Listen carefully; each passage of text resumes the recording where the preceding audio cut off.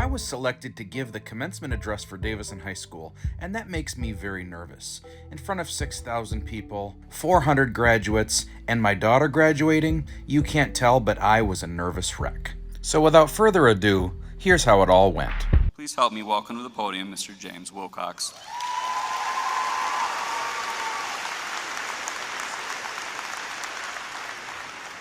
This is way better than any Taylor Swift concert I've ever been to.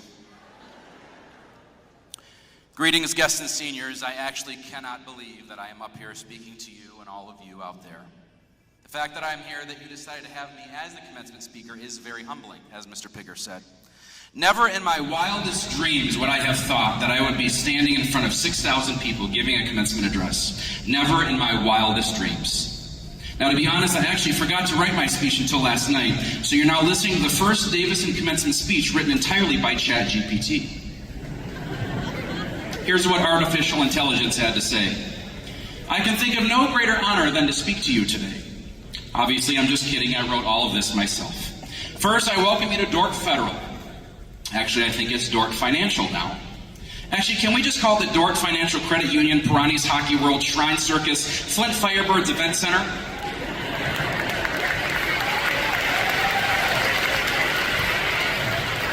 This place is known to me as the IMA, and it always will be.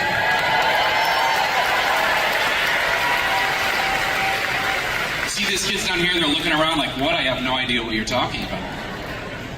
Anyone in the audience over the age of 30 knows exactly what the IMA is, and this is here, so welcome. Exactly 20 years ago this month, I graduated from the U of M Flint with a degree in mathematics in this very room, the IMA. And now tonight I get to see my own intelligent and beautiful daughter, Brooklyn, do the same from Davison High School. That is one of the two reasons why this group of seniors is very special to me, and also because this was my first group of freshmen that I taught when I first started teaching in Davison 4 years ago. You see, I started my career teaching for 15 years at Genesee, and then in 19 a friend of mine called and said, I heard that Davison is hiring 4 math teachers this year, and you should apply. So I did, I interviewed, and thankfully I was offered one of those 4 jobs. This is a community where we live and a school where my children attend, so my gorgeous wife and I thought it would be a very good fit. But don't get me wrong, I was absolutely terrified. Change and difference, and going from a little tiny school with 300 to a giant school with 1,800 kids was absolutely terrifying, even for me. But then I stepped into room 312 and I was welcomed with open arms by the staff, and especially by all of you sitting here on the floor. I had 3 classes of Algebra 1 that year with 88 of you in my classes that first year. You helped me and comforted me, encouraged me as a teacher, and that is the other reason why the class of 2023 is important to me, so thank you.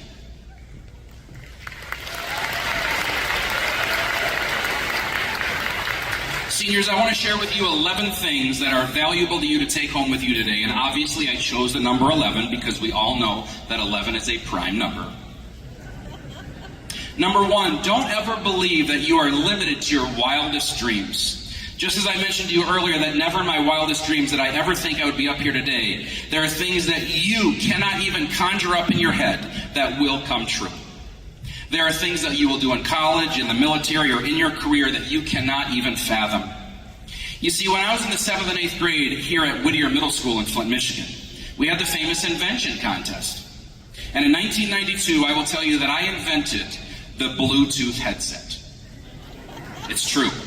Before you roll your eyes, let me explain to you, seniors, that one of the things that I used to do was procrastinate.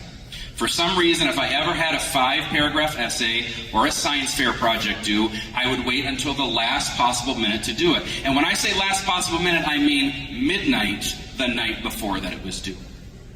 Is there anybody out there that also does this? Don't raise your hand, people will judge. Don't raise your hand, people will judge. One thing that I would do while writing these papers late at night is talk on the phone to my friends until 3 or 4 o'clock in the morning, discussing what these papers were about, how to write them, etc. But my arm would get tired holding the phone for so long, so eventually I thought, maybe I should duct tape the phone to my head. So that's what I did. Every time a big project or a paper was due, I would duct tape the phone to my head, and this is an absolutely true story. You can even ask my mother.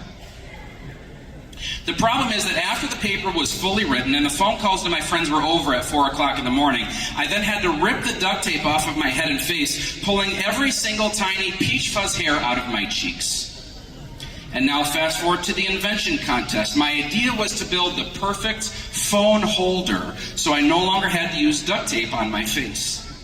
So again, the night before the invention contest was due, the night before, my dad and I built a phone holder that went up around the head, held the phone with an adjustable bracket lined with felt green padding for comfort. It held a phone in place on your head without duct tape. I won $100 for the invention that year, and to a 7th grader at Whittier, that was a lot of money. Which, by the way, adjusted for 2023 inflation, is $210. Amazing. So there you have it, the Bluetooth headset, the Bluetooth speaker, and all other Bluetooth devices were because of me. And I know what you're thinking, seniors, that sounds sus. Well, it's not sus, but in fact, one of the things that I want to encourage you to do in the next few years is to know that you can make things happen that are beyond your wildest dreams. And when you have an idea, or an opportunity to improve something or make something better, you run with it because you have no clue what will become of that thought or idea. Maybe you think you can improve something using math or engineering, or maybe how to improve traffic or make a self-driving car, or improve the way that food is distributed around the world, or improve schools or airports or water systems. Whatever idea sounds halfway interesting to you, you run with it and see what happens. Now, I can stand here and tell you that I have yet to receive a single dollar from whatever company out there that owns Bluetooth, but I do trust that one day I will get some credit for that. And so, in the words of Abraham Lincoln, the best way to predict your future is to create it. And what I love about Davison High School is the demand for excellence. So if you want to go out there and change the world and make a car that drives by itself or invent the Bluetooth headset, remember that you graduated from Davison. Or if you want to give a commencement address in front of 6,000 people while playing the theme song from Universal Studios, remember that you graduated from Davison.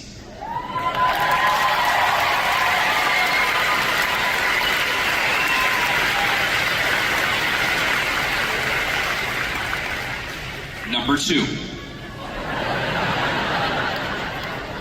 I told you I had 11 things. Number 2, treat people with kindness. Smile at them. You have no clue the people that you will come in contact with later in your life, and you will thank yourself for being kind to them in the past. Kindness pays off. Number 3, don't ever, under any circumstance ever, no matter where you are or what you're doing or who you are with, don't ever even think about putting something on a credit card that you are not going to pay off at the end of the month.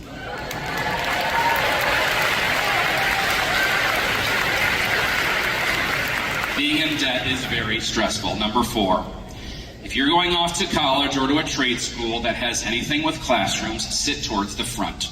The seat that you choose on the first day will likely be the seat that you have for the whole semester. We are creatures of habit, and when you are in the front, you'll pay closer attention, and your professor or teacher will likely remember you better. Number 5, if you ever have a son, and one day when he's 8 years old, accidentally sets fire to the living room rug, go easy on him. You guys have no idea what I'm talking about. If you guys ever have kids, and one of them, when he's 8 years old, accidentally sets fire to the living room rug, go easy on him. Number 6, stay organized. This will pay off in the long run. I can remember when I was your age, I would go to the store, and I was so disorganized that my grocery list had only 2 things on it: food and beverage. I asked the worker, "Excuse me, where's the food?" He looked at me like I was an idiot. Number 7, don't ever try to understand the size of the universe. I like that President Conover talked about this. It makes so much sense. The sheer size of the universe is too grand and too large for our 3-pound brains to comprehend. There are 2 trillion galaxies in the universe, each with an average of 400 million stars, each of those stars with multiple planets. Believe me, I've tried to comprehend the universe, and it is just too difficult. Number 8. Exercise often. Exercise improves your blood flow, your lung function, and muscle tone, and you will sleep better. Exercise helps your brain, and you will become a better problem solver throughout the day, especially if you are taking hard classes. Number 9, take care of your family. One day when you have a spouse and children, do absolutely everything you can to protect them. Number 10, call your parents every once in a while. Don't text them or snap them. Actually, pick up the phone and dial. Yep, thank you, parents. Well done. Yep.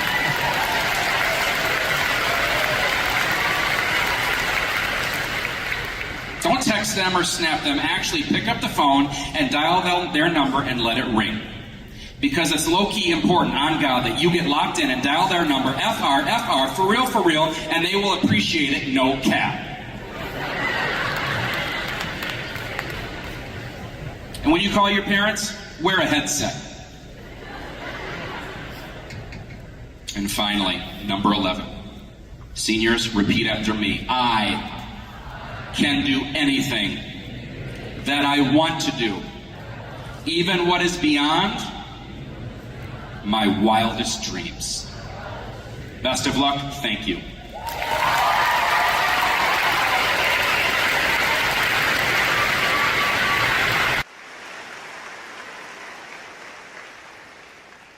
Thank you, Mr. Wilcox, for that wonderful speech.